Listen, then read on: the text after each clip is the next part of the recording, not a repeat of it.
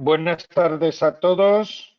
Muchas gracias por asistir al webinario que hemos organizado conjuntamente Zabala Innovation, con quien mantenemos desde hace años un acuerdo de colaboración desde la industria de las materias primas minerales y la Confederación Española de las Industrias de Materias Primas Minerales Primigea.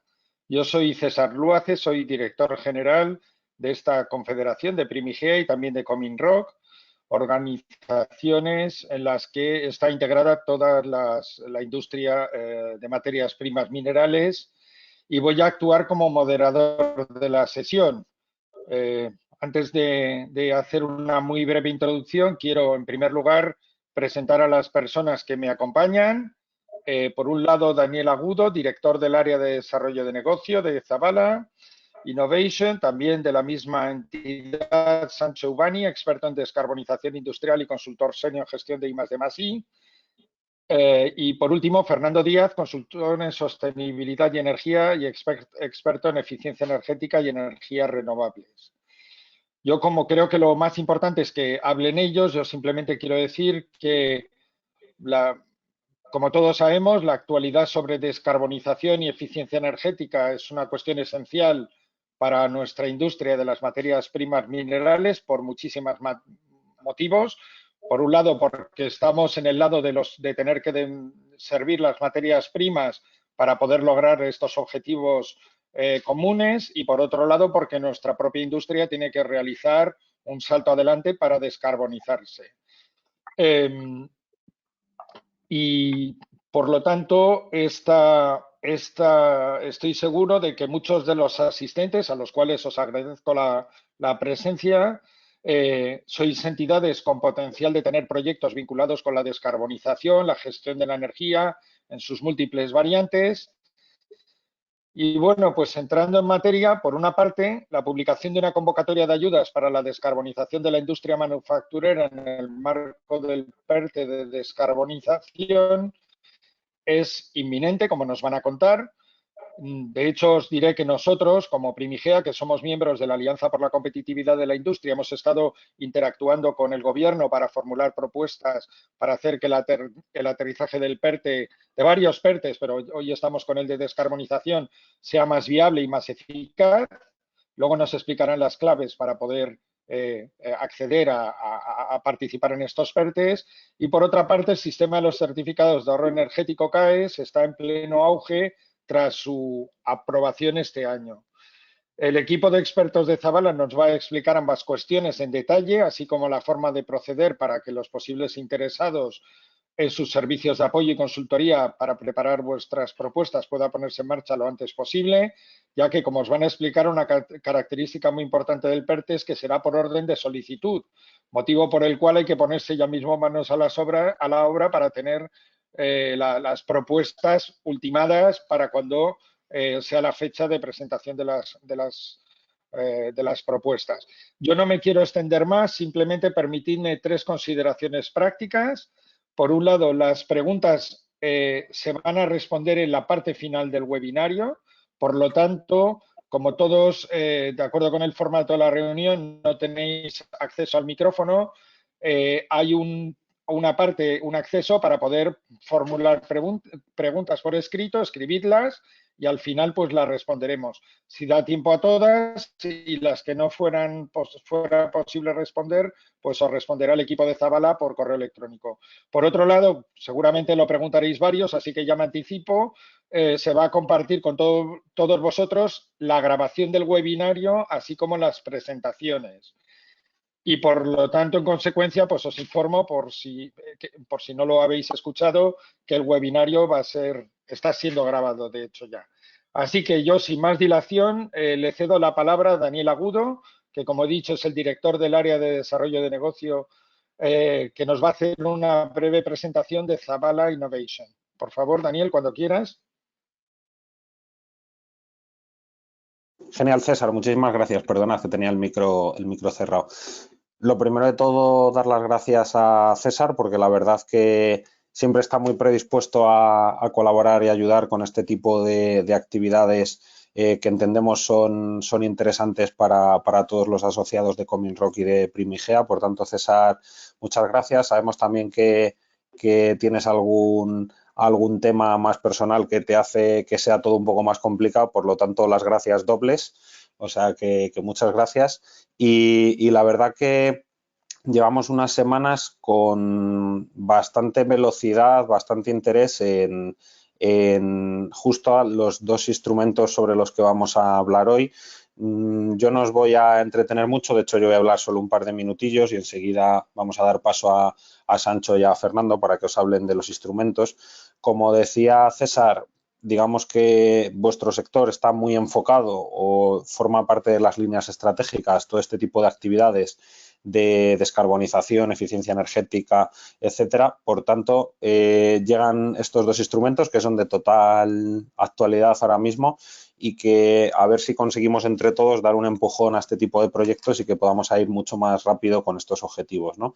Entonces, os voy a compartir pantalla y, como os digo yo, únicamente voy a hablar unos minutos, fundamentalmente para aquellos que no conozcáis a Zabala, pues que sepáis un poco más sobre nosotros, ¿vale? Como os vamos a compartir las presentaciones, ¿vale? Deciros que en todas las presentaciones irán los datos de contacto de las tres personas de Zabala que vamos a hablar hoy, ¿vale? Entonces, por favor, cualquier cosa que nos queráis comentar, sentiros abiertos a decirnos, vamos a intentar comentar cualquier duda que surja, ¿vale? Pero si luego quedan dudas por resolver, pues nos podéis comentar igualmente, ¿vale? Así que si os parece, pues os presento así muy rápido Zabala. Zabala es una empresa de consultoría familiar que nació en el año 86, lo que pasa que desde el año 86 hemos ido creciendo, ¿vale? A día de hoy somos unas 490 personas, más o menos, y tenemos 8 sedes en España y 5 fuera de España, ¿vale? Las tenéis aquí ubicadas y aquí tenéis nuestras cifras de facturación. Comentaros también que según el año, pues trabajamos o con el 40 o con el 50% de empresas del IBEX y que pues en todos estos años de trabajo pues hemos acumulado a lo largo de todo este tiempo hemos trabajado con más de 10.000 clientes, ¿vale? En Zabala nos dedicamos fundamentalmente a 3 cosas, ¿vale? La primera de ellas es ayudas públicas para proyectos relacionados con la I+D+I, con la innovación, etcétera, ¿vale? Y aquí tenéis un poco un resumen de este bloque, pues en ayudas europeas, por contaros así un resumen, en el periodo 21-23, entre los proyectos Horizonte Europa, más los Innovation Fund, más los proyectos LIFE, etcétera, más todas las oportunidades que hay, pues hemos conseguido para nuestros clientes más de 1.000 millones de euros en ayudas. Si nos vamos al área nacional, que sabéis que en los últimos años ha tenido bastante movimiento con el tema de los PERTES, Next Generation, etcétera, en el periodo 21-23 hemos conseguido 2.000 millones para nuestros clientes, ¿vale? Os sonará seguro también a todos el CEDETI, pues ahí según el año el 10-12% de todos los fondos de CEDETI los gestionamos desde Zabala para nuestros clientes. Este año ha sido el 11%, bueno, ahí está un poco la estadística, pero bueno, así un resumen muy rápido para que conozcáis un poco nuestra actividad rápida en este tema de ayudas públicas. Hay también un área de incentivos fiscales que veis ahí recogida, ¿vale? Que esto ya sabéis que las ayudas es cuando el proyecto va hacia el futuro y las deducciones fiscales cuando intentamos recuperar gastos de años anteriores. En deducciones fiscales en Zabala gestionamos unos 1.300 informes motivados cada año, ¿vale? Así un poco para que nos tengáis identificados. Vale, siguiente diapositiva. Ya os he dicho, primer bloque, ayudas públicas, segundo bloque, incentivos fiscales. Y aquí tenéis un resumen de a lo que nos dedicamos en nuestro tercer bloque de actividad, que es consultoría en innovación o estrategia de innovación o como lo llamemos, ¿no? O sea, al final en Zabala, además de, o sea, esto lo llevamos haciendo muchos años dentro de los otros 2 bloques, pero ahora sí que hace ya unos cuantos años que lo hemos separado y es un área aparte que se trabaja desde Zabala con equipos especializados justo en estas materias, ¿vale? Entonces, cosas que hacemos, pues, por ejemplo, ayudar a las empresas a definir su estrategia de innovación para los siguientes años, ¿vale? Pues cómo se tiene que relacionar mi empresa con el ecosistema, cómo tienen que moverse los proyectos de innovación por dentro de la empresa, quién los propone, cómo se filtran, por cuáles ha puesto, en base a qué criterios ha puesto por ellos, etcétera. Todo este tipo de actividades nosotros lo trabajamos desde este servicio de estrategia e innovación. Muy importante para nosotros también el área de compra pública de innovación. Aquí cuando la administración pública quiere comprar algo que no existe y que tiene que pasar por un proyecto de I+D previamente, pues esto también nosotros tenemos equipos especializados para llevarlo a cabo. Hacemos también diagnósticos de transformación digital, estamos homologados por la EOI y tenemos también un equipo especializado en innovación social y sostenibilidad, ¿vale? Casi todo lo que hacemos es cierto que es innovación tecnológica, pero que sepáis que también tenemos un área muy enfocada en esta parte social y de sostenibilidad. Por ejemplo, impactos socioeconómicos o proyectos más centrados en temas, por ejemplo, de inmigración o de arte o de cultura, etcétera. Tenemos también equipos para trabajarlos, ¿vale? Y luego también hacemos un montón de servicios y de trabajos para administraciones públicas. Las administraciones públicas también son clientes nuestros, pues como imagináis, en muchos estudios sobre la innovación en una comunidad autónoma o la importancia de un sector justo en una región concreta o similar, ¿vale? Y aquí tenéis un poco las cifras. Este simplemente es un resumen, lo que os he comentado, que en ese primer bloque que era el de ayudas, en los últimos 2 años, digamos que nuestro trabajo ha hecho que vengan hacia nuestros clientes 3.000 millones de euros, 2.000 en nacional y 1.000 en europeos. Tenéis aquí también un resumen de lo que hemos trabajado desde Zabala en cada uno de los PERTEs que han ido saliendo. Como imagináis, el PERTE de descarbonización pues es el siguiente que va a empezar a abrir sus ventanillas y es el siguiente en el que queremos ayudar todo lo posible para que se aproveche ese dinero y consigamos impulsar al máximo los proyectos, ¿vale? Pues, por ejemplo, aquí tenéis un resumen en el de vehículo eléctrico, pues hemos participado en 2 grandes proyectos tractores desde el primer momento, ahora además estamos en un tercero también que lo hemos cogido a medio camino gestionándolo. En el PERTE, fijaos, muy cercano a descarbonización en ciertos ámbitos, en el PERTE de energías renovables, hidrógeno y almacenamiento, por ejemplo, en hidrógeno, ya en las convocatorias que ha habido, hemos gestionado 19 proyectos aprobados. Tenemos también proyectos aprobados del Plan MOVES, de almacenamiento, etcétera. Es decir, este tipo de convocatorias las conocemos muy bien y este tipo de proyectos. Hemos estado también muy presentes en el PERTE aeroespacial, en el PERTE digitalización del agua, que está más centrado sobre todo en entidades gestoras del ciclo del agua, fundamentalmente públicas, pues ahí hemos gestionado 7 grandes proyectos. En el PERTE de economía circular, que también en cierta medida ligado a temas de descarbonización, ya en las primeras convocatorias hemos conseguido 17 proyectos aprobados, más de 34 millones de euros, participación en el PERTE de salud y, como veis, pues en el agro y en el naval, hemos gestionado también proyectos muy, muy grandes, ¿vale? Entonces, bueno, aquí un poco porque nos conozcáis lo que hemos hecho hasta ahora, ¿vale? Y luego aquí tenéis un resumen de, como os compartiremos la presentación, ya luego lo veis con calma aquellos que os pueda generar interés. Aquí tenéis un resumen de grandes proyectos que son artículos publicados por nosotros en los que hemos participado. Pues, por ejemplo, proyectos Innovation Fund, en los que puede haber habido más de 100 millones de ayuda en un solo proyecto. El consorcio que tuvo IPRA para la vacuna del COVID española. Bueno, pues el tema del proyecto de Envision, que ahora ha sido el proyecto con más ayuda que ha recibido en el PERTE de baterías, que ha recibido 200 millones de subvención y 100 de préstamo. Estos son un poco nuestras grandes líneas de grandes proyectos recientes. No os penséis tampoco que son todos nuestros proyectos así, con proyectos más pequeños también trabajamos, ¿vale? Pero sí que este es un poco nuestro resumen de actividad. Y en el PERTE de descarbonización, me voy acercando ya a la jornada, ¿vale? Comentaros también que hemos tenido con el comisionado un evento, ¿vale? Que hemos dado en 2023 y que pues os pasaremos también alguna noticia resumen del evento y también el vídeo, por si queréis ver el vídeo con las autoridades del ministerio comentando un poco lo que se espera del mismo, etcétera, por parte del mismo comisionado del PERTE, ¿vale? Es un evento que se generó en Navarra junto a las personas del ministerio hace unos meses, ¿vale? Y yo por mi parte no me entretengo más, ¿vale? Vamos a ir rápido a que nos cuente Sancho sobre el PERTE de descarbonización y a continuación pues nos contará Fernando Díaz, ¿vale? Entonces, Sancho, ¿estás por ahí? Ahora aquí estoy, sí. ¿Veis mi pantalla, verdad? Nada, pues como ha dicho mi compañero Daniel Agudo, yo me voy a centrar en el PERTE de descarbonización, más concretamente en la primera de sus líneas, la línea de ayudas de actuación integral para la descarbonización de la industria manufacturera, que está enfocada a descarbonizar procesos productivos que actualmente se encuentran en operación y que, como ya vienen indicando los que han hablado antes que yo, se prevé de inminente publicación. Agradecer una vez más a Primigea la invitación por participar en este evento.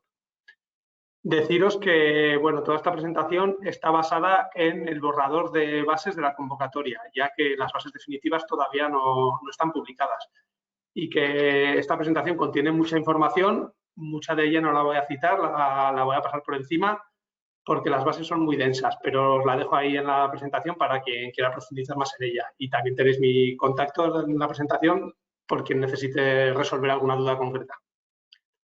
Un poco por contextualizar de dónde viene este PERTE, decir que el mismo está plasmado en la adenda del Plan de Recuperación, Transformación y Resiliencia de España. Concretamente cuelga del componente 31, el que ya conoceréis como Repower EU. Y cuelga de 4 de sus inversiones, la I5, la I6, la I7 y la I8. Ahí podéis ver el presupuesto con el que cuenta. Son 1.470 millones en forma de subvención y 1.700 en forma de préstamo. Y decir que consta de 4 líneas. Hoy nos centramos, como ya he adelantado, en esa línea A, que cuenta con 870 millones en forma de subvención y 1.500 millones en forma de préstamo. Aquí distribuyo un poco por líneas estos presupuestos de cada una de las inversiones, pero me voy a meter ya en harina, que es lo que nos interesa. Decir que esta primera línea del PERTE de descarbonización permite la presentación tanto de solicitudes individuales como de solicitudes en agrupación. En el caso de solicitudes individuales, se exige que el beneficiario sea una sociedad mercantil estatal o una entidad privada que realice actividad industrial y que venga realizándola durante más de 3 años y que esté correctamente registrada en el registro que le corresponda. Esta actividad industrial es independiente de la actividad principal que aparezca en los estatutos, pero sí que es verdad que hay que acreditar esta actividad industrial dentro de alguno de esos CENAEs que podéis ver del 7, del 8 o del 10 al 32 del CENAE 2009. Como veis, están explícitamente incluidos los CENAEs 7 y 8 que en este caso aplican muy directamente al tratarse de la extracción de minerales metálicos y otras industrias extractivas. También se permiten solicitudes en agrupación, en cuyo caso habrá responsabilidad solidaria entre todos los socios y se exigirá un acuerdo firmado. Estas agrupaciones deben estar formadas por al menos una entidad de las anteriores, de las que he indicado como beneficiarios para las solicitudes individuales, y el resto de los socios deben ser también sociedades mercantiles estatales y entidades privadas correctamente inscritas en sus registros. Toda la agrupación debe estar constituida en torno a una única instalación de la industria manufacturera, una instalación principal a descarbonizar o una planta industrial con un proceso productivo a descarbonizar, una única, insisto. Entre los tipos de beneficiarios se permiten las ESES o empresas de servicios energéticos que inviertan en la instalación industrial. Si participa este tipo de beneficiarios, se exigirá un contrato de rendimiento energético entre la empresa industrial y esta empresa de servicios energéticos en el que se contemple cómo se va a repercutir la ayuda en el socio industrial. También se permite la participación de proveedores de conocimiento que aporten tecnología o conocimientos técnicos para descarbonizar la instalación industrial, así como otras entidades de la industria manufacturera que inviertan en las instalaciones, en la instalación principal a descarbonizar. Todas ellas deberán garantizar una viabilidad económica financiera, así como más de 3 años de experiencia en la realización de las actividades en las que participan en el proyecto. Un punto muy importante que ya se ha adelantado, se habla de que la convocatoria va a ser por concurrencia simple, es decir, se van a evaluar por orden de entrada hasta agotamiento de fondos y se prevé que este agotamiento de fondos sea realmente rápido, por lo que hay que tener los proyectos preparados cuando abra la convocatoria. Y por último decir que los proyectos pueden estar enfocados tanto a descarbonizar instalaciones sujetas al régimen de comercio de derechos de emisiones como a instalaciones que no lo estén, a cualquier tipo de instalación industrial. Una solicitud, ya sea individual o en agrupación, es igual a un proyecto tractor, que a su vez puede estar compuesto por uno o varios proyectos primarios. Y como ya he adelantado, todos ellos tienen que estar orientados a descarbonizar una única instalación industrial en operación. Además, si las instalaciones sobre las que se actúa están sujetas al régimen de comercio de derecho de emisiones, se exige que tras la ejecución del proyecto las emisiones queden sustancialmente por debajo del umbral de asignación gratuita que tengan estas instalaciones. Tanto los criterios para calcular esta reducción significativa como los umbrales que marca la convocatoria se incluyen en esos anexos que os indico o en esas páginas que os indico del borrador de bases. Se exige que cada proyecto tractor vaya acompañado de un plan de eficiencia energética y transición ecológica a largo plazo centrado en la instalación principal y cuyo responsable de su elaboración es el titular de dicha instalación. Y por último, cada proyecto primario debe estar ubicado o enmarcado dentro de una única línea de actuación y dentro de una única línea de ayudas. De hecho, dentro de una sola tipología de líneas de ayudas. Ahora veremos de qué estoy hablando. Aquí en esta diapositiva podéis ver las distintas líneas de actuación que ha definido el borrador de bases de la convocatoria. Como veis, hay 4. La primera de ellas se subdivide además en 4 tipos. Para que un proyecto tractor sea elegible, es obligatorio que exista al menos un proyecto primario dentro de la línea 1A, 1B o 1C, que podéis ver en la pantalla, o dentro de la línea 2. Si no existe un proyecto primario en alguna de estas líneas de actuación, el proyecto tractor no sería elegible. Una vez que tenemos este proyecto primario obligatorio, el proyecto tractor se puede completar con todos los proyectos primarios que se desee que en cualquiera de las líneas de actuación. Estos ya serían proyectos primarios opcionales. Respecto a las líneas de ayuda, que definen la ayuda, el porcentaje de ayuda y la intensidad máxima y el importe de ayuda máxima al que se puede optar, hay 7. La primera de ellas se subdivide además en 3 subtipos de investigación, desarrollo y estudios de viabilidad. Y decir que la segunda de ellas, la de innovación en materia de organización y procesos, es exclusiva para pymes o en el caso de participar una gran empresa, debe existir una colaboración efectiva con una pyme. Decir también que en el caso de la línea 5, la de instalaciones de fuentes renovables para el autoconsumo de energía, se exige que la instalación de autoconsumo esté físicamente conectada a la instalación a descarbonizar la instalación principal y que esté en sus aledaños o junto a la instalación principal. Desde Zabala hemos preparado un vídeo que es muy ilustrativo de cómo debe estructurarse un proyecto tractor para que sea elegible, que os va a proyectar mi compañera Irene.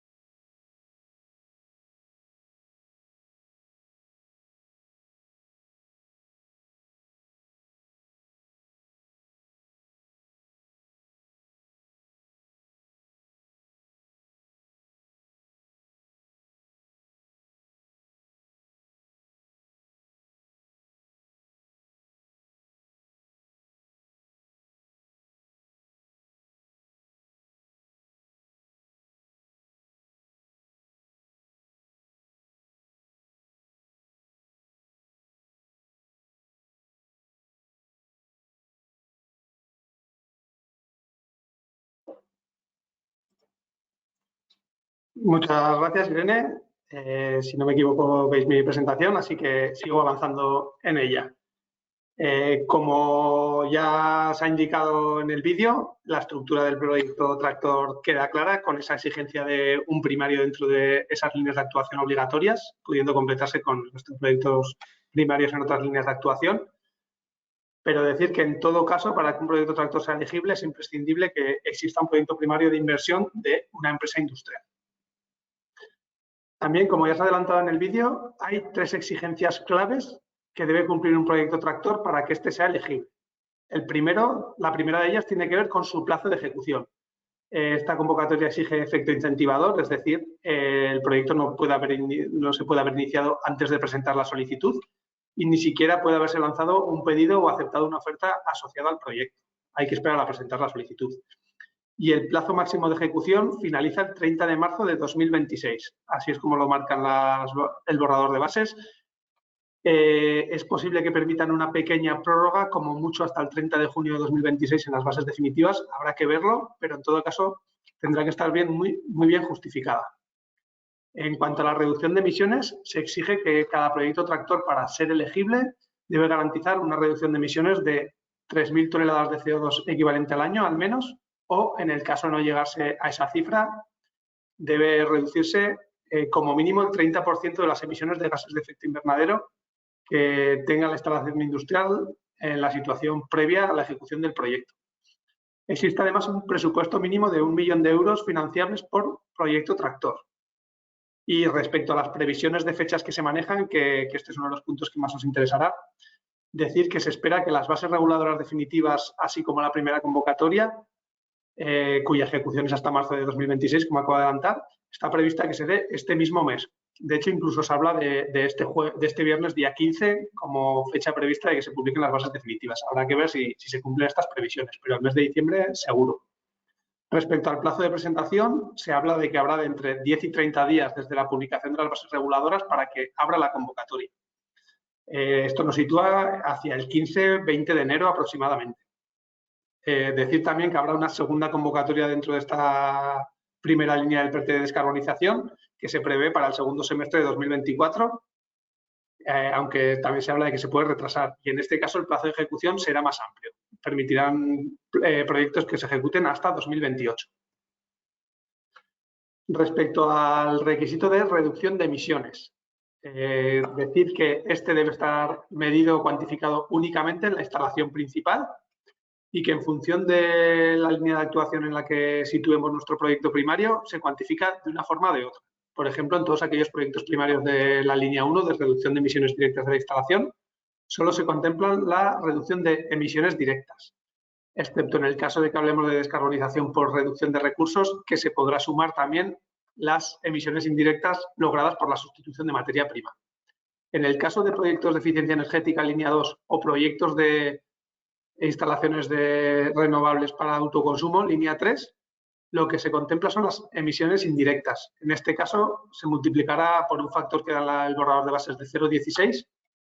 El ahorro anual en el megavatios hora en el caso de los proyectos de eficiencia energética eléctrica, y en el caso de autoconsumo se multiplicará por este factor la generación eléctrica en megavatios hora anuales. Decir que, como ya he adelantado, en las instalaciones o subinstalaciones que estén bajo el régimen del comercio de derecho de emisiones, se exigirá que tras la ejecución del proyecto las emisiones queden sustancialmente por debajo de esos parámetros de referencia o benchmark. Y decir también que en aquellos proyectos en los que se prevea una sustitución gradual de combustible fósil por fuente de energía renovable, incluido el hidrógeno renovable, gradual porque por viabilidad técnica no puede ser total a la finalización del proyecto, el borrador de bases exige que a la finalización al menos ya el 30% de la energía que esté utilizando ese proceso sea de fuente renovable. Se prevé que este porcentaje del 30% en las bases definitivas se disminuya, pero habrá que ver si esto es real. Respecto a la financiación, estamos hablando de que la ayuda se va a dar en forma de subvención, préstamo o una combinación de ambas. Este es un aspecto que el propio beneficiario debe seleccionar a la hora de realizar la solicitud. El Ministerio se guarda el derecho de reconfigurar la ayuda solicitada de oficio en función de la disponibilidad presupuestaria que haya cuando la solicitud en cuestión por orden de entrada, entra a ser evaluada. Por ejemplo, si en ese momento tú solicitas solo subvención, pero el presupuesto en forma de subvención se ha agotado, el Ministerio te ofrecerá una alternativa en forma de préstamo y será el beneficiario quien decida si la acepta o no. Decir que los límites e intensidades máximos de ayuda que vamos a mostrar a continuación se dan por proyecto primario y beneficiario según la línea de ayudas en la que se enmarque este proyecto primario, y que la ayuda máxima a la que puede optar un beneficiario es del 80% por proyecto primario y entidad beneficiaria del presupuesto elegible, teniendo en cuenta el importe del préstamo nominal más la subvención. En lo que respecta a los límites máximos e intensidades que vamos a mostrar a continuación, en este caso están referenciados a subvención más subvención bruta equivalente del préstamo. Decir que en los proyectos de I+D y en los de inversión para descarbonización y mejora de eficiencia energética, aquellos proyectos que sean realizados en zonas asistidas letra A optarán a un 15% más de ayuda respecto a los porcentajes que veremos en la tabla, mientras que en el caso de zonas asistidas letra C será un incremento del 5%. Y decir también que en aquellos proyectos primarios de I+D que cumplan alguno de estos 3 requisitos que indico, podrán optar a un 15% más de intensidad de ayuda hasta un máximo de un 80%. En el caso de que el proyecto a presentar implique una reducción del 100% de las emisiones directas de gases de efecto invernadero de la instalación principal, también la intensidad de ayuda se puede ver incrementada en un 10%, siempre y cuando no se contemple una solución con biomasa. El pago de ayuda será un único pago por anticipado tras la constitución de garantías. Habrá un pago para la ayuda en forma de subvención y otro pago para la ayuda en forma de préstamo, y a cada beneficiario. Recordar nuevamente esa responsabilidad solidaria en aquellos proyectos en agrupación. En esta tabla, que podréis ver más en detalle cuando os compartamos la convocatoria, se definen las intensidades máximas de ayuda por tipo de empresa, ya sea gran empresa, mediana empresa, pequeña empresa, y en función de la línea de ayuda en la que esté ubicado el proyecto primario. Como veis, estamos hablando de intensidades muy altas que van desde el 25% hasta el 60%, en el caso de grandes empresas. En esta siguiente tabla, que también podréis analizar en detalle, se indica el límite máximo por empresa y proyecto primario en función de la línea de ayuda en la que se ubique el proyecto primario en cuestión.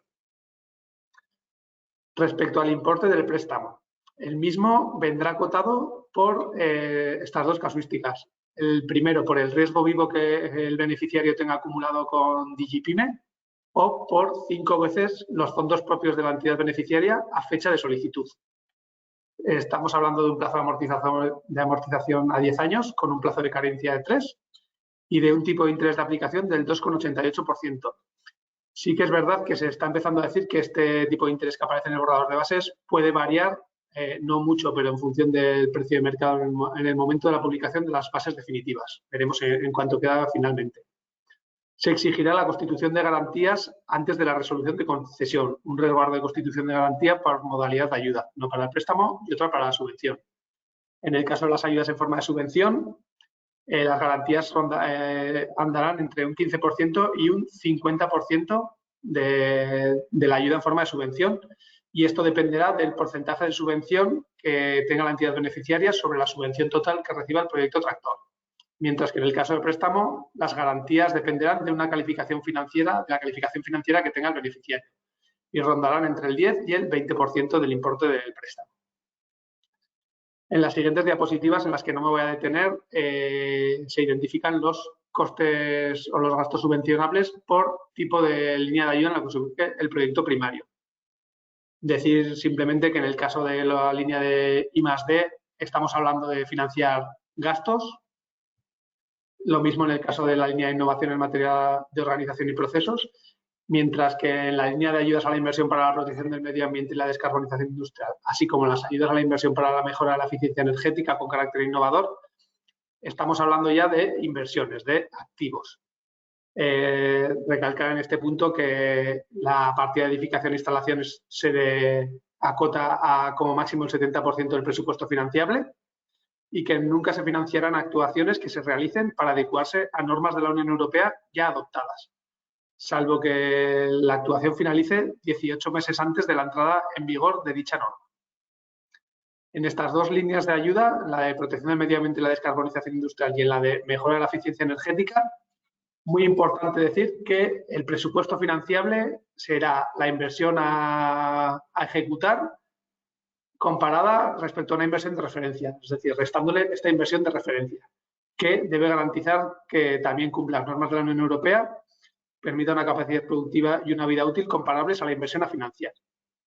Esta inversión de referencia puede ser una inversión menos respetuosa con el medio ambiente, pero también pueden ser los costes de mantenimiento del equipo actual a sustituir los costes de mantenimiento anual. Este es un tema que nos han trasladado desde el Ministerio, que van a definir mejor en las bases definitivas. En el caso de que estemos hablando de la colocación de un componente añadido, es decir, no una sustitución, en el caso del criterio 1, por ejemplo, si estamos sustituyendo un horno de gas natural por un horno eléctrico, es necesaria esa inversión de referencia. Sin embargo, en este criterio 2, lo que estamos diciendo es que si hablamos de un componente añadido, por ejemplo, un recuperador de calor, que el proceso productivo puede funcionar sin él y su única finalidad es esa mejora medioambiental, en este caso el coste subvencionable sí que será el coste total de la inversión. Y decir también que en estas dos líneas de ayuda sí que son financiables los costes de infraestructura para el transporte de hidrógeno, calor residual o CO2.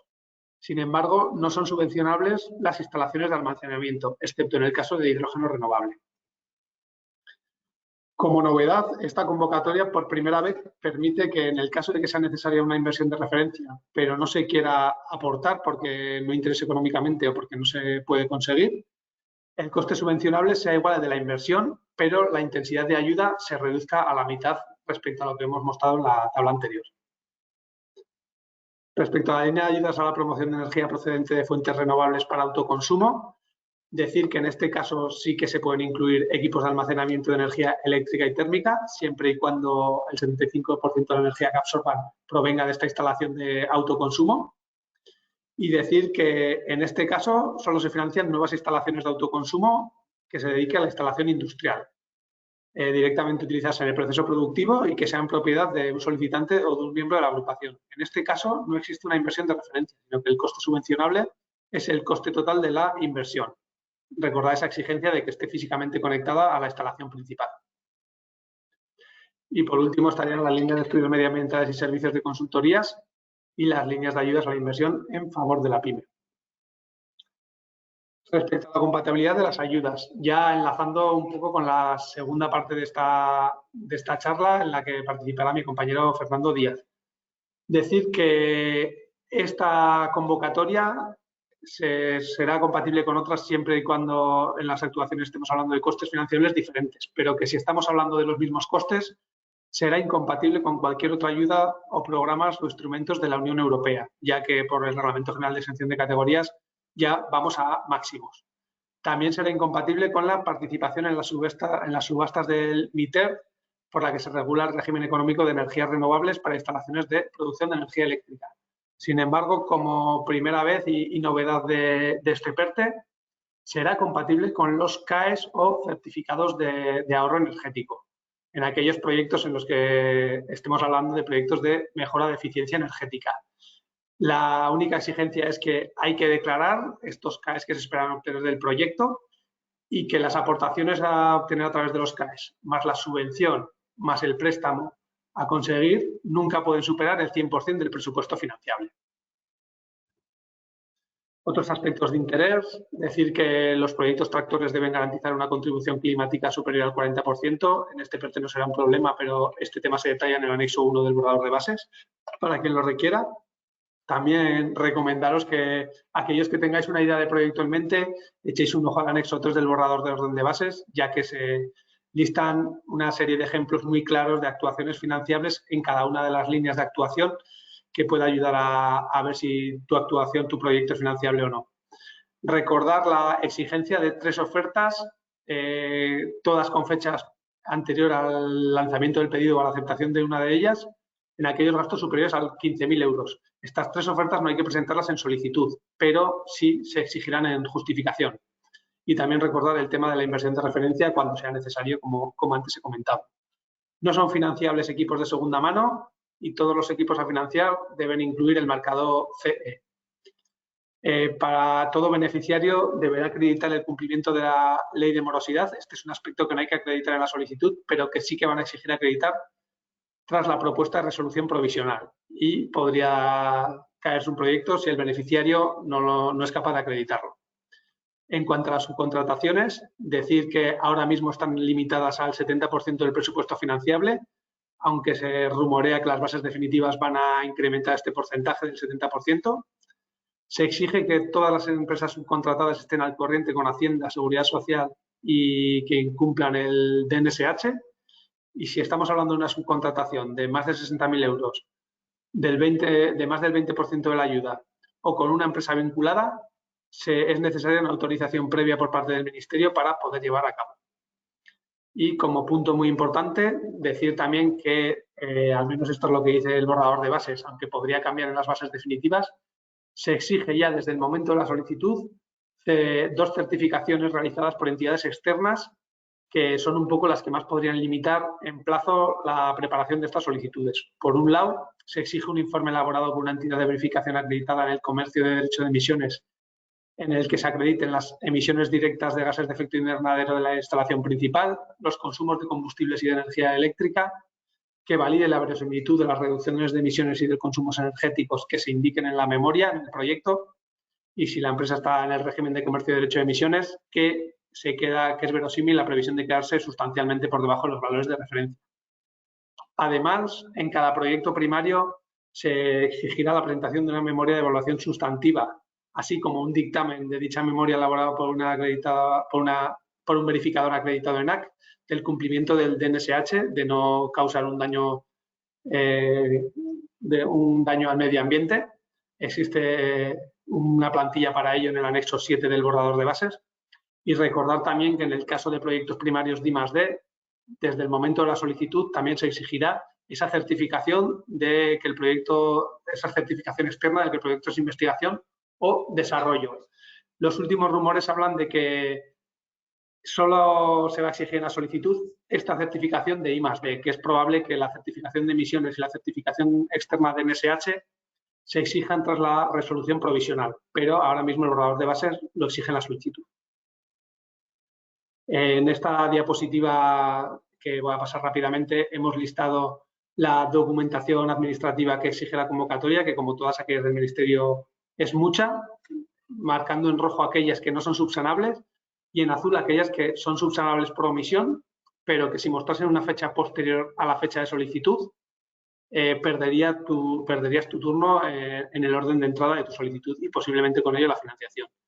Recordad que la presentación es telemática, por lo que es importante que os aseguréis de que disponéis de un certificado electrónico válido y vigente. Y por último, simplemente recordar que la justificación se exigirá 3 meses tras la finalización del proyecto. En este caso, ahora mismo el límite sería el 30 de junio de 2026, por entidad beneficiaria y por proyecto primario. Aquí os he recogido un poco todo lo que se va a exigir.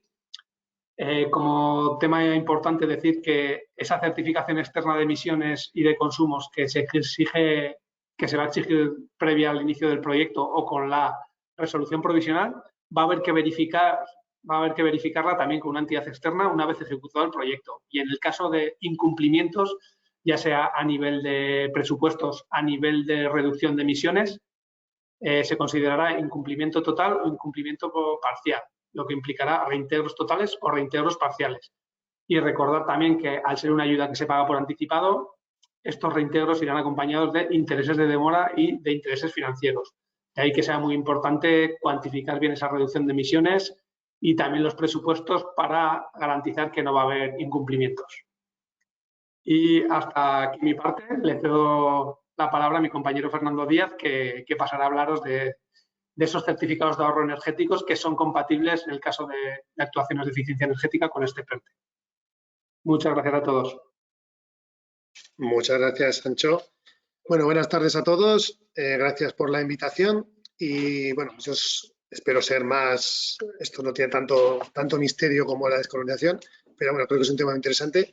Vamos a tratar un poco el tema de los CAEs, los certificados de ahorro energético, y os quería un poco, pues, que supierais un poco el origen, cuáles son los agentes que intervienen, cómo una empresa tiene que actuar, ¿no? Para conseguir hacer una actuación de eficiencia energética y vender esos ahorros a las personas que en teoría pueden comprar esos, ¿vale?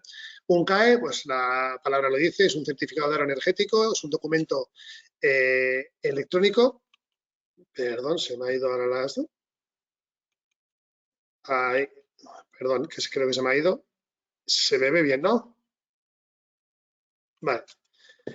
Bueno, un CAE es un certificado de ahorro electrónico, que es un documento que... Perdona, Fer. No, ¿Sí? no se ve la presentación. Te estoy pasando... A ver. Me has pasado y le he dado a... a ver, vuelve a pasarme otra vez. Perdón.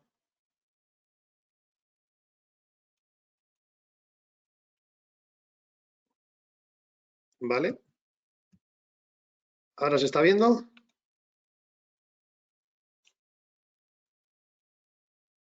No. Vale. O si no, si puedes... No, no, la tienes.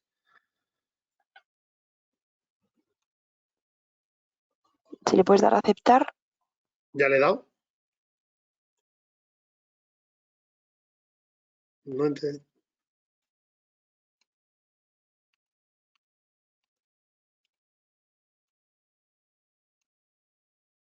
Fer, pásanosla a Irene o a mí, la proyectamos nosotros y ya está. Vale, te la he pasado Eso ahora es. mismo, perdonad, ¿eh? Venga, pásamela a mí y dame a mí el control, Irene. Disculpad todos. No os Ves hablando, preocupéis. Fer, mientras me llega. Sí, sí, sí. Son cosas del directo. Yo, si me lo permitís, aprovecho para decir que quien vaya teniendo preguntas, que utilice el espacio de preguntas para remitirlas por escrito para el coloquio posterior.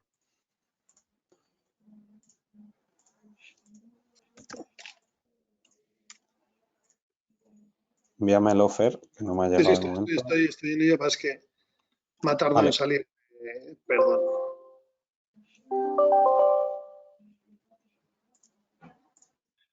Es que estoy teniendo problemas con el correo.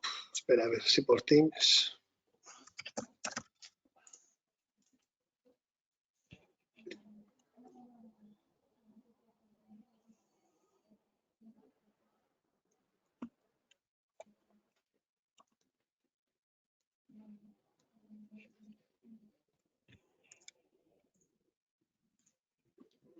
Me lo vas a mandar por Teams entonces, ¿no? Lo estoy mandándola por correo, si te llega. Vale. En cuanto me llegue, proyecto. Y te la mando también por Teams, por si acaso tampoco. Vale. Me dice si te llega. Perdonar, ¿eh? Los problemas del directo. Me ha llegado por correo. Voy abriéndola. Puedes ir contando. Vale. No sé, le he vuelto a dar a mi ventana a ver si ahora me deja. A ver.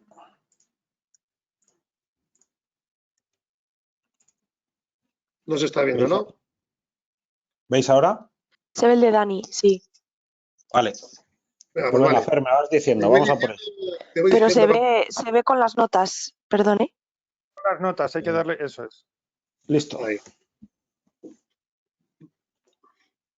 Gracias. Vale. Ya se ve. Vale, pues nada, lo que os estaba diciendo, perdonar, lo que os decía, pues el CAE es un certificado de ahorro energético que va a garantizar que tras realizar una actuación de eficiencia energética vamos a tener un ahorro. La unidad de medida del CAE va a ser el kilovatio hora. Entonces, un ejemplo, si hacemos una actuación en la que el ahorro anual van a ser 500 kilovatios, pues tenemos 500 CAEs. ¿Cómo nace este sistema? Pues el origen de este sistema es por la necesidad de generar nuevos ahorros de energía a través de la realización de proyectos de eficiencia energética. Y así de que este modo España cumpla con esas obligaciones que tenemos adquiridas con la Unión Europea a través de la Directiva de Eficiencia Energética. ¿Vale? Es un instrumento que va a permitir monetizar los ahorros energéticos y que las empresas recuperen parte de esos costes de inversión que han hecho en eficiencia energética más rápido. ¿Vale? Si pasas. Vale.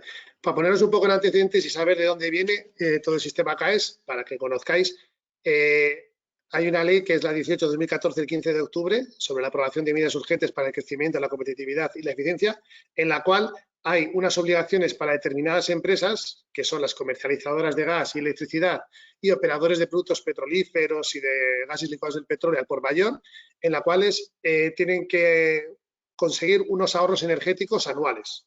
¿Vale? Eso por nuestra ley tienen unas obligaciones y se les va a asignar una cuota anual de ahorro energético a cada una de ellas. Al final va a haber un montante de ahorro energético total y me parece que son unas 400 y pico empresas en las cuales se reparte todo ese ahorro energético entre ellas.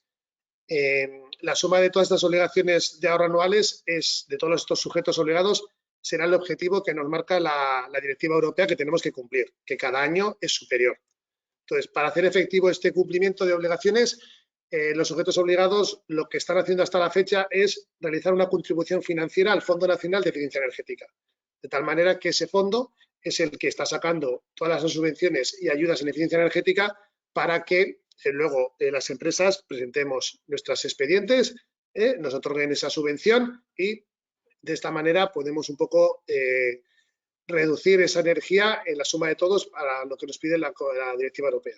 Pero ¿qué pasa? Que esta ley lo que nos dice es que en el artículo 71 se puede establecer otro mecanismo distinto, que es el de los certificados de ahorros energéticos, en el cual estos sujetos obligados con esas obligaciones van a poder comprar ahorro energético sin tener que pasar el dinero al Fondo Nacional. Ejemplo, ¿cuál es el sujeto obligado? Pues las comercializadoras, Repsol, Gas Natural, Endesa, Iberdrola, etcétera. Todas estas comercializadoras importantes. Vamos a poner un ejemplo. Imaginar que tienen que aportar 1 millón de euros al Fondo Nacional. ¿Vale? Este año, en el 2023, pueden, hasta el 60% tienen que seguir aportando dinero en ese. Si quieres, pasa la diapositiva, Dani, para que vean.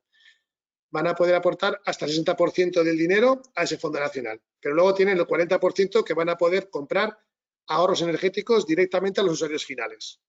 Es de carácter voluntario, es decir, estas empresas pueden seguir aportando ese 1 millón de euros al Fondo Nacional y se olvidan de comprar CAEs, pero les va a salir más rentable porque el dinero que van a aportar van a repercutir en ahorros energéticos los mismos, pero al final el dinero que aportan es inferior y luego lo explicaré por qué.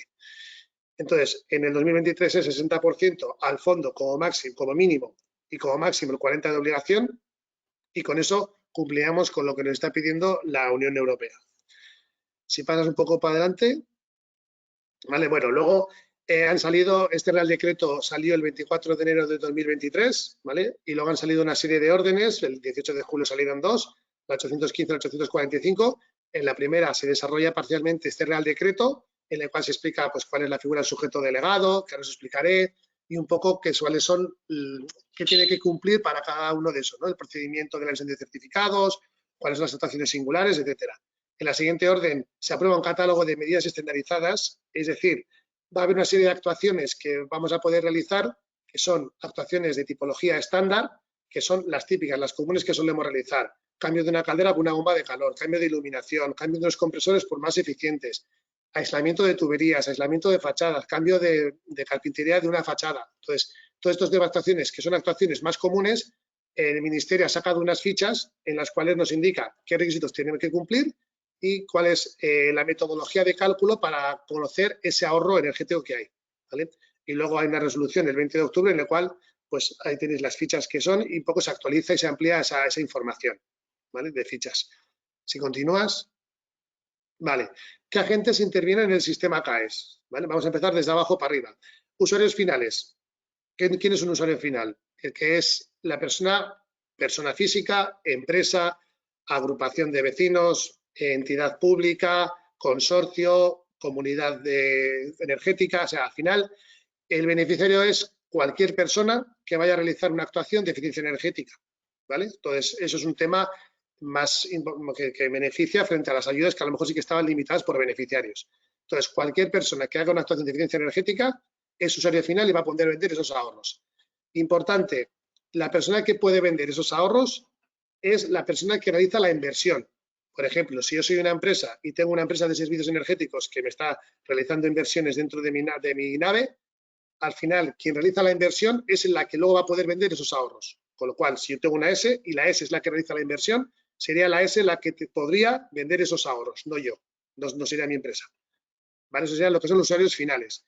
Por encima tenemos a los sujetos delegados, que van a ser empresas que van a ayudar a los sujetos obligados a conseguir esos CAEs, ¿vale? Los sujetos obligados son las comercializadoras, hay unas 400 y pico, pero luego hay empresas que de creación, que se tienen que declarar como sujetos delegados y tienen que cumplir una serie de requisitos en los cuales van a tener contratos con varios sujetos obligados y en los cuales les van a decir, vale, yo te voy a comprar ahorro energético, te voy a comprar CAEs. Y esas empresas van a buscar dónde hay actuaciones de eficiencia energética, cuáles son interesantes y son las que van un poco a mover. Pero el sujeto obligado también puede directamente comprar, ¿vale? Luego, hay una figura que no aparece en el Real Decreto, que son los intermediarios, que al final son, tanto pueden ser pues, instaladores, ingenierías, al final es empresas o entidades o personas que van a intervenir en alguno de los apartados, ya sea, oye, pues yo realizo la instalación o yo soy la empresa que al final ha conseguido realizar un proyecto en el cual tú vas a poder hacer la eficiencia energética, o el propio trabajo que hacemos en Zabala, que al final tenemos clientes a los cuales les realizamos temas de subvenciones y tenemos clientes que son comercializadoras, con lo cual nosotros podríamos unir un poco, por eso la figura, cubrimos desde los obligados hasta los usuarios finales. Más arriba está el verificador, que es una entidad que tiene que estar acreditada por ENAC y que va a ser la que va a revisar esas actuaciones de eficiencia energética que hemos hecho y que nos va a certificar que esos ahorros son reales y que son correctos, ¿vale? Luego, todas las actuaciones de eficiencia energética que hagamos se van a registrar por comunidades autónomas. Es decir, si yo tengo una empresa y tengo varias delegaciones en diferentes comunidades autónomas, solo voy a poder sumar actuaciones de eficiencia energética si están dentro de la misma comunidad, porque se registran por comunidad, ¿vale? Eso es ya el gestor autonómico. Y luego por encima pues está el coordinador nacional, que es el ministerio, que es la entidad que acredita a los sujetos delegados, recepciona los CAEs emitidos por las comunidades autónomas e inscribe, ¿vale? Un poco para que sepáis cuáles son los agentes. Si quieres pasar un poco, Dani. Vale. Entonces, procedimiento. Vale, Fer, yo tengo una actuación de eficiencia energética, ¿qué tengo que hacer? Vale, pues importante, para que una actuación de eficiencia energética se considere CAE, tiene que estar ejecutada, y por ejecutada las BIGOC, a partir del 24 de enero de 2023. 24 de enero era sábado, pero al final nos vamos al 26, ¿vale? Entonces, el 26 de enero de 2023 tiene que ser la fecha en la que se haya ejecutado. Y por ejecutado quiere decir que el primer pedido o la primera puesta en marcha de la estación, no, el primer pedido o el primer inicio de trabajo que se haga sea a partir de esa fecha. Si yo tengo pedidos anteriores al 26 de enero o he realizado alguna actuación anterior al 26 de enero, esa actuación, por mucho que me genere ahorro, no se va a ser considerada CAE. ¿Por qué? Porque el Real Decreto salió en esa fecha y cumpliendo una especie de efecto incentivador, tiene que ser que a partir de esa fecha es cuando se haya iniciado esos trabajos, ¿vale? Importante también, han considerado que el ahorro anual tiene que ser por lo menos 30 megavatios hora. Entonces, si no tenemos una actuación que requiera que sume 30 megavatios, podremos juntar actuaciones, ¿vale? Es decir, oye, pues yo voy a cambiar la iluminación, voy a poner el aislamiento y también voy a cambiar una caldera por una bomba de calor. Y sumo las 3 actuaciones y entonces sí que cumplo y supero esos 30 megavatios hora. Pues entonces podrás presentar las 3 actuaciones para eso. Pero si solo tienes una, cambio de iluminación, y oye, pues es que me dan 20 megavatios hora, pues no han considerado que eso pueda generar CAEs, ¿vale? Han puesto un límite de 30. ¿Un CAE cuándo puede generarse? Se registra. Yo hago una actuación de eficiencia energética y cuando tengo el certificado a fin de instalación o la puesta en marcha, a partir de esa fecha dispongo de 3 años para que esos ahorros puedan comprármelos para generar CAEs. Es decir, yo voy a vender ahorros energéticos. ¿A quién? A un sujeto delegado o un sujeto obligado. Y cuando yo lo venda y el certificador me diga que esos ahorros son reales, entonces eso se convierte en CAE. Pero hasta entonces tenemos ahorro energético, ¿vale? Y luego serán ya los CAEs. Y disponemos de 3 años para hacer. Esto quiere decir que si yo termino en marzo del 2024, tengo la puesta en marcha, pues tendría 3 años a partir de esa fecha para que esos ahorros los pueda generar como CAEs, ¿vale?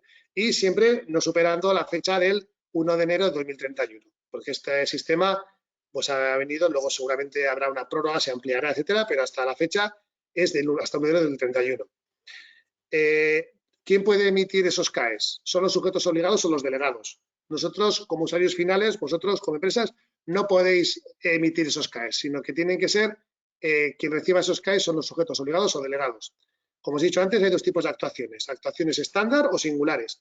Las actuaciones estándar son esas que se repiten más veces, que son más comunes, y esas disponemos de unas fichas en las que nos dicen qué requisitos tenemos que cumplir y cuál es la metodología de cálculo que hay que aplicar para que conocer ese ahorro energético, ¿vale? Y luego tenemos actuaciones singulares, que es pues a lo mejor alguna modificación en un horno, en un proceso productivo. Son cosas ya más específicas, más puntuales, en las cuales tendremos que realizar una auditoría energética para conocer cuál es el consumo actual, cuál es el consumo futuro, ver qué metodología hemos utilizado, indicar qué metodología hemos utilizado para conocer ese ahorro, con una línea base, unos parámetros que afecten a ese consumo, etcétera, y eso sería necesario en las situaciones singulares. Y una vez que tengamos todo eso, pues lo tendremos que subir a la plataforma electrónica, que es la que luego para que nos emitan los CAEs, ¿vale? Un poco para que veáis. Pasa, si quieres, Dani.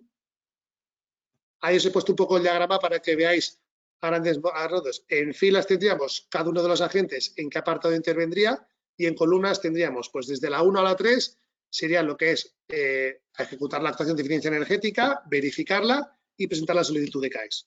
Entonces, en ese primero es el usuario final interviene. A partir de ahí, a partir de que se han generado los CAEs y nosotros ya hemos vendido esos ahorros, el usuario final ya no tiene nada que hacer. Ya sería ya el sujeto obligado delegado el que tiene que realizar pues, la verificación con el gestor autonómico, con la coordinación, etcétera, y luego liquidar los CAEs, ¿vale? Para que sepáis. Siguiente. Aclaraciones para que sepáis un poco la diferencia que puede haber entre los CAEs y las ayudas. Los CAEs no son ayudas de Estado, no les aplica la Ley General de Subvenciones. No va a ser necesario presentar 3 ofertas si superamos las cuantías de 15.000 o 30.000. No va a ser necesario ofertas de referencia como en las ayudas ahora de eficiencia energética. No hay que cumplir el efecto incentivador de cuando sea la convocatoria, sí el de la fecha del 24 de enero del 23. Y, muy importante, no hay que cumplir la ley de morosidad, cosa que ahora pues, hay muchas empresas que, aunque la tengamos que cumplir desde hace años, pues bueno, hay algunas facturas que están ahí que no se pagan a los días que se tienen que pagar, entonces en este caso no sería necesario cumplir con esa ley. No hay una fecha límite ni un plazo fin de convocatoria, ¿vale? Como puede ser la eficiencia energética. Sí que tenemos que el 1 de enero del 31 tiene que estar hasta esa fecha, pero seguramente luego este sistema seguirá continuando. Y se solicita el certificado de ahorros una vez que se ha realizado la inversión, ¿vale? ¿Qué beneficios tiene? Pues al final la compensación económica no se da sobre los ahorros, será sobre los ahorros energéticos y no sobre la inversión. Es decir, habrá que analizar, porque a lo mejor hay actuaciones que son de un importe muy considerable, ¿no? Las inversiones importantes, y resulta que los ahorros no son tanto, ¿vale? Entonces, a lo mejor en esos casos nos sale más rentable, oye, pues mientras está en el tema de la eficiencia energética y ayudas, a lo mejor económicamente la ayuda nos sale mejor por ahí. Pero en aquellos casos en que la inversión es muy pequeñita o hay una inversión importante, pero con la inversión de referencia que restamos se nos queda una cuantía de ayuda inferior, pues a lo mejor el sistema CAEs, como va sobre el tema de los ahorros, nos sale más interesante, ¿vale? Se disminuye también el tiempo de recibir esa compensación, ese ingreso de dinero, ya que si te presentas una ayuda, tienen que pasar unos meses hasta que te la analizan, la estudian, luego a lo mejor te tienen que subsanar alguna cosa, etcétera. De esta manera no, de esta manera tú vas a presentar una auditoría en el caso de singulares o la ficha en el caso de estándar a la certificadora. La certificadora te da el ok y a partir de que te dé el ok, ya en ese momento el sujeto obligado delegado ya te paga ese dinero que has acordado. Dinero, o puede ser que esa venta se produzca de manera dinero o que te haga una mejora de los servicios o de las prestaciones. Es decir, te viene Iberdrola y te dice, bueno, pues la factura que estás pagando ahora te voy a bajar el término fijo y el término variable a estas cantidades durante 2 años, ¿vale? No tiene por qué ser entrega de dinero. O sea, al final habrá que negociar entre usuario final y sujeto delegado o obligado, ¿vale? Y luego compatibilidad de las ayudas.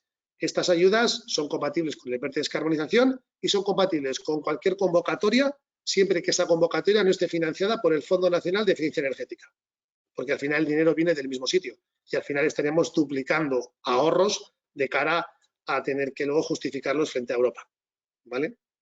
¿Pasan un poco ya? Vale, aquí os he puesto un ejemplo de cómo sería una ficha de sencillo que sería una sustitución de iluminación de LED. en la cual pues ahí veis un poco los requisitos, el ámbito de aplicación, los requisitos que tiene que cumplir y cuál es la metodología de cálculo, que es, oye, pues el ahorro energético es la potencia que tenías antes instalada menos la potencia nueva que vas a instalar por un número de horas. Hay un anexo en el cual te dice, pues si eres unas oficinas, 2.500, si eres una industria, tanto, si eres tal. Te va indicando un poco cuáles son las horas. Si tú tienes más horas en tu instalación porque usas más horas o tienes más tiempo de iluminación encendido, se justifica sin ningún problema. En este caso, pues ahí veis, tendríamos un ahorro anual de unos 75,54 megavatios hora, ¿vale? Entonces, yo ahora tengo este ahorro, quiero venderlo. Busco un sujeto delegado. ¿Qué pasa? Entonces, viene el sujeto delegado obligado y te dice, vale, te lo compro. ¿A qué precio? Que es la pregunta que está llamando todo el mundo. Vale, si quisiéramos cumplir o que aportar el mismo dinero que estaría aportando en el ejemplo que os he dicho antes de 1.600.000 a un lado y 400.000 al otro, para que siguieran aportando esos 400.000 euros, nos tendrían que comprar los ahorros energéticos a 166 euros el megavatio, ¿vale? Pero no va a ser así, no van a comprar eso. De hecho, a los precios a los que está hablando las comercializadoras que van a comprar van a ser a 80, ¿vale? Con lo cual están reduciendo a la mitad. ¿Por qué? Pues porque no se les ha restringido y al final es un mercado libre. Vosotros, como usuarios finales, podéis vender a 80 o podéis buscar sujetos obligados y delegados que os lo compren o más. Pero bueno, se está hablando un poco en el mercado que van a ser en torno a 80 a 100. Entonces, si vemos que al final pues las comercializadoras abusan mucho, pues a lo mejor el ministerio tendrá que tomar medidas y hacer que ese precio no sea, limitarlo, etcétera. Entonces, para que veáis el ejemplo ahí, ¿no? Pues en el caso de este que es de sustitución de iluminación, pues si nos pagaran a 120 euros serían 9.000 euros, pero si nos pagaran a 80 ya baja a 6.000 y si nos pagaran a 40 pues serían 3.000 euros lo que te tendrían que dar, ¿vale? Entonces, importante que sepáis que el precio de referencia es 166, no, que lo sepáis, nunca vais a conseguir esos precios, pero que entiendo que un rango de precios bueno sería entre 80 y 100. Pues si os llama una comercializadora y dice, oye, que os compramos los ahorros energéticos que tengáis a 50. Bueno, pues a lo mejor 50 puedo conseguir mejor de lo que me estás ofreciendo, para que lo sepáis, ¿vale? Dani, continúas. Y nada, un poco la documentación. En las naciones estándar es una documentación que hay que presentar relativamente sencilla, una solicitud y un archivo comprimido en el cual vamos a tener que meter pues el convenio CAE. ¿Qué es el convenio CAE?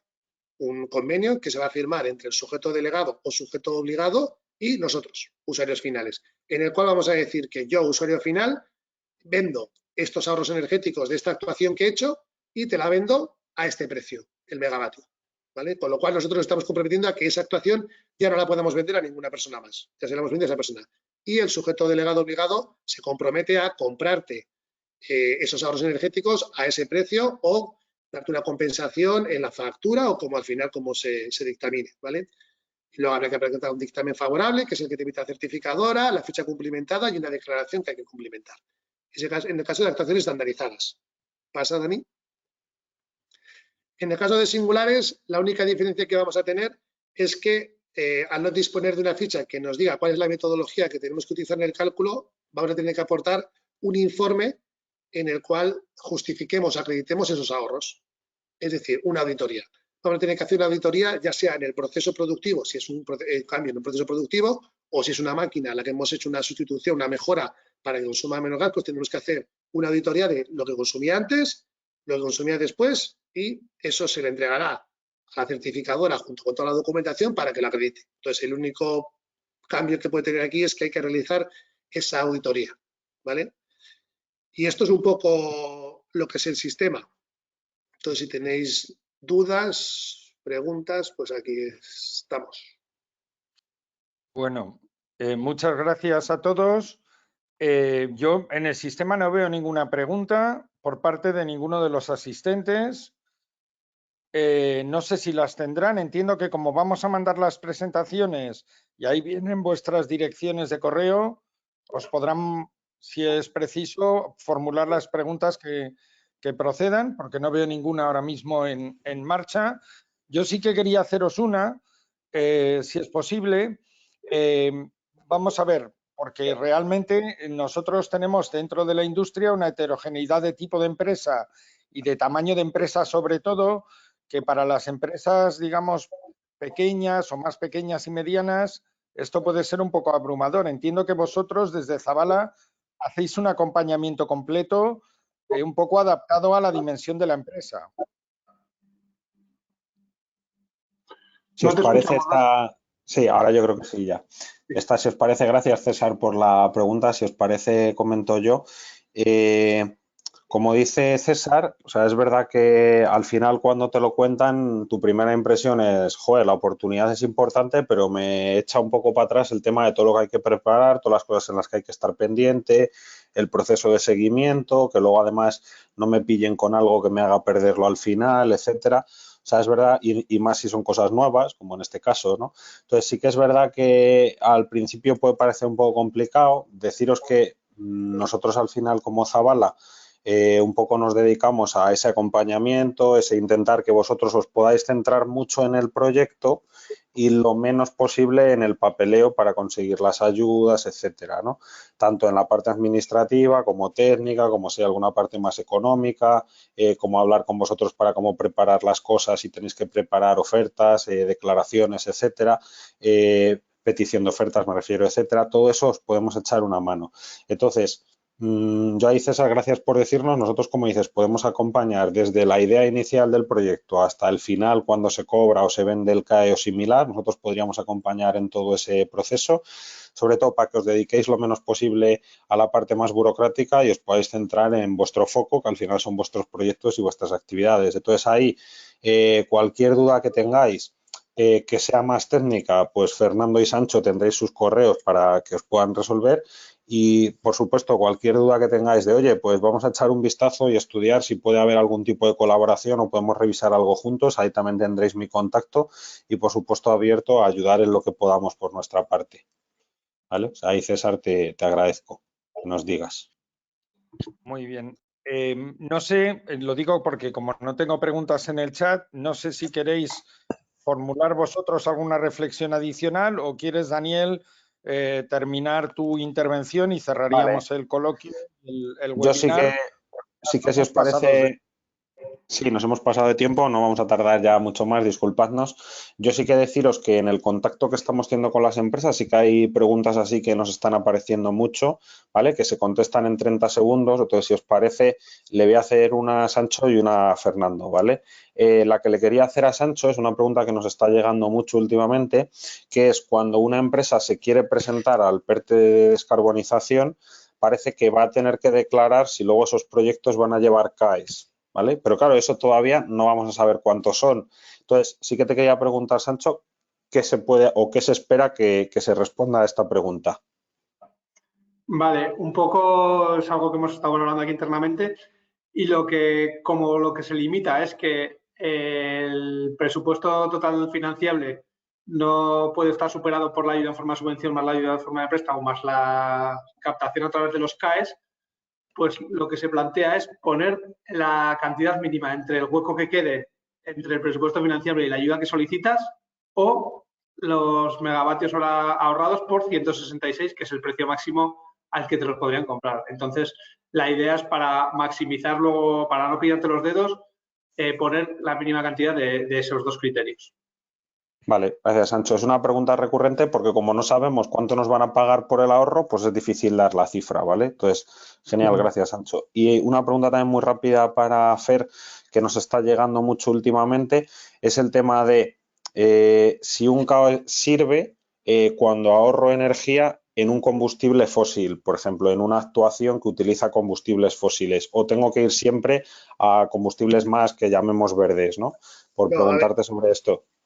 en el tema de combustibles fósiles, si la actuación lo que va a hacer es sustituir un equipo por un equipo nuevo que consuma combustible fósil, no entra, ¿vale? Porque lo que estamos haciendo es alargar, ¿no? Yo no es lo mismo, tengo un horno, hago una modificación en ese mismo horno para que consuma menos gas y entonces esa actuación sí que se genera CAEs, sí que se considera ese ahorro, pero si yo tengo un horno y quito ese horno y pongo un horno que es mucho más eficiente y que me va a hacer consumir mucho menos más gas, no lo van a considerar porque lo que estamos haciendo es alargar la vida útil de ese equipo que consume un combustible fósil, ¿vale?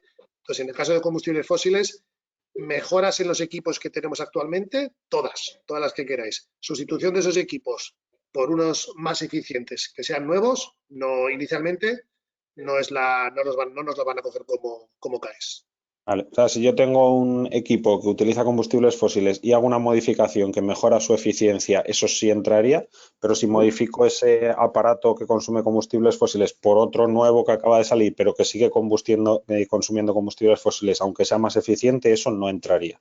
No entraría. Por CAES. No. Vale. Me pregunta Genial. que eso es una buena pregunta porque hay gente que al final dice, vaya, pues al final estoy ahorrando, ¿no? Energía. Pero sí que es cierto que al final, pues el horno que tienes a lo mejor le quedan 5 o 10 años de vida y si pones uno nuevo, pues lo estás alargando 20, 25 o la vida que tenga ese equipo. Entonces, choca un poco con todo lo que viene de la normativa europea, etcétera. Entonces, ese aspecto han sido un poco, porque ahí en las fichas veréis que hay actuaciones que son colocar un quemador modulante. Oye, ¿por qué colocar un quemador modulante sí y colocar una caldera que el rendimiento es muchísimo mejor que la que tengo ahora? No. Pues al final esa es la... Temas de normativa, ¿no? Sí. Sí. Vale, pues muchas gracias. Si os parece, entonces, César, nos despedimos. Yo, por mi parte, deciros que tenemos estas dos herramientas que entendemos que pueden ayudar a empujar bastante los proyectos. Por favor, intentemos entre todos que España no devuelva dinero, ¿vale? Que tenemos muchas cosas que queremos hacer y que es importante que aprovechemos los fondos, ¿vale? Entonces, ahí contad con nosotros si veis que podemos echar una mano con algo, ya sea resolviendo alguna dudilla o colaborando con vosotros a empujar vuestras ideas o vuestros proyectos. Por favor, esto nos decís, ya os digo, compartiremos los correos. Y en el tema de los CAES es un instrumento que acaba de llegar, que hay muchísimas ilusiones puestas en el instrumento. El primer certificado se ha emitido, creo que hace unos 10 días, más o menos. Entonces, es algo nuevo. La combinación de los dos instrumentos puede ser bastante potente para conseguir empujar los proyectos, ¿vale? Entonces, intentémoslo a tope. Y yo, por mi parte, nuevamente, gracias a César, porque la verdad que, como siempre, es súper abierto a dar difusión a todas las oportunidades que puedan seros de utilidad. O sea, que le agradezco a César. Y si os parece, nos despedimos. Espero que os haya servido y perdonad por el fallito técnico que hemos tenido con compartir pantalla y por habernos pasado unos minutillos del tiempo. Así que muchas gracias a todos. Gracias a todos y espero que de aquí salgan buenas ideas para presentar proyectos que falta le hace al país. Muchas gracias. Gracias a todos. Hasta luego. Muchas gracias. Gracias.